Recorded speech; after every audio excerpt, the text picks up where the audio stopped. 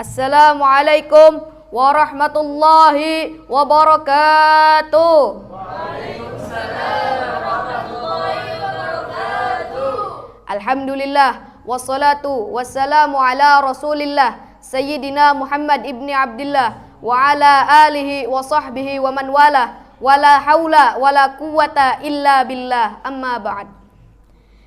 Yang saya hormati dan saya ta'azimi para alim ulama, para kiai, para ustadz, para sepuh bini sepuh, wabil khusus kepada guru kita bersama Amuna Kiai Haji Lutfi Basori. Semoga Allah Subhanahu wa taala melancarkan rezeki beliau, semoga Allah Subhanahu wa taala memanjangkan umur beliau, dan semoga Allah Subhanahu wa taala melancarkan urusan dunia wal akhirat beliau. Amin amin ya rabbal alamin. Dan yang pertama-tama, mari kita panjatkan puja dan puji syukur kita kehadirat Allah Subhanahu wa taala yang telah memberikan kita nikmat Islam, iman, sehingga kita bisa berkumpul di majelis yang penuh barakah ini dengan keadaan sehat wal afiat. Alhamdulillahirabbil alamin. Dan yang kedua kalinya, salawat serta salam kami haturkan kepada junjungan kita, suri tauladan kita, Nabi besar kita, Nabiyuna Muhammad sallallahu alaihi wasallam. Biqauli Allahumma sholli ala Sayyidina Muhammad. Semoga dengan kita bersolawat kepada beliau, kelak di hari kiamat nanti kita akan mendapat syafaatnya beliau. Amin ya rabbal alamin. Hadirin wal hadirah yang dirahmati Allah Subhanahu wa taala. Zaman sekarang ini ilmu itu memang penting, memang sangatlah dibutuhkan.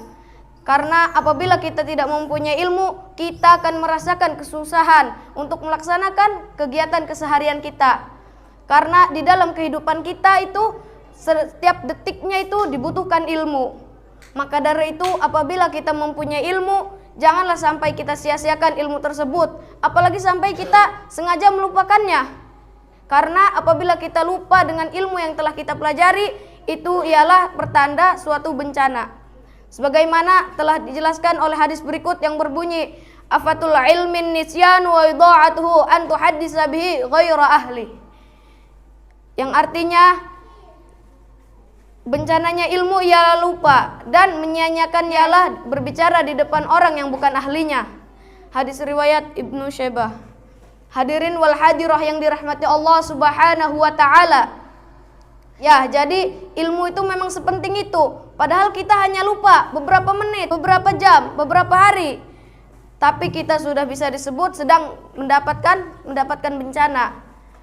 Bagaimana caranya agar kita tidak gampang lupa? Ya, caranya ialah dengan kita menghafal kembali. Mau itu hafalan hadis ataupun hafalan Al-Qur'an, kita ulang-ulang kembali hafalan kita. Itu wajib. Nah, di sini ada kata wajib. Wajib itu apa sih definisinya? Definisi wajib itu ya apabila kita kerjakan mendapatkan pahala, dan apabila kita meninggalkan kita mendapatkan dosa.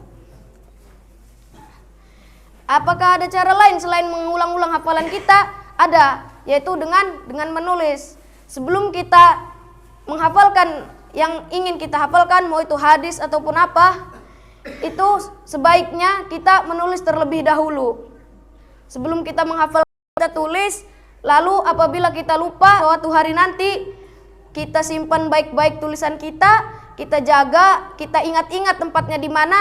Apabila kita lupa, suatu hari nanti kita bisa mengambil kembali buku itu, lalu kita hafalkan kembali ilmu itu. Nah, yang kedua tadi itu menyia-nyiakannya ialah berbicara di depan orang yang bukan ahlinya.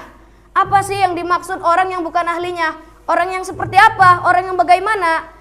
Apakah orang awam yang tidak mengerti apa-apa? Bukan. Yang dimaksud orang yang bukan ahlinya itu kita berbicara di depan orang-orang yang ahli maksiat. Percuma saja kita berbicara di depan orang-orang yang ahli maksiat, orang-orang yang ahli berzina, mereka suka minum khamr. Ya, percuma.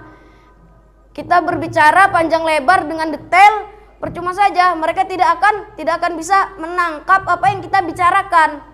Karena mereka ahli maksiat. Percuma kita mau ngomong seperti apapun. Beda lagi dengan orang awam yang awalnya tidak tahu apa-apa. Apabila mereka berusaha bersungguh-sungguh, mereka istiqomah, mereka ikhlas untuk mencari ilmu, pasti mereka akan berhasil.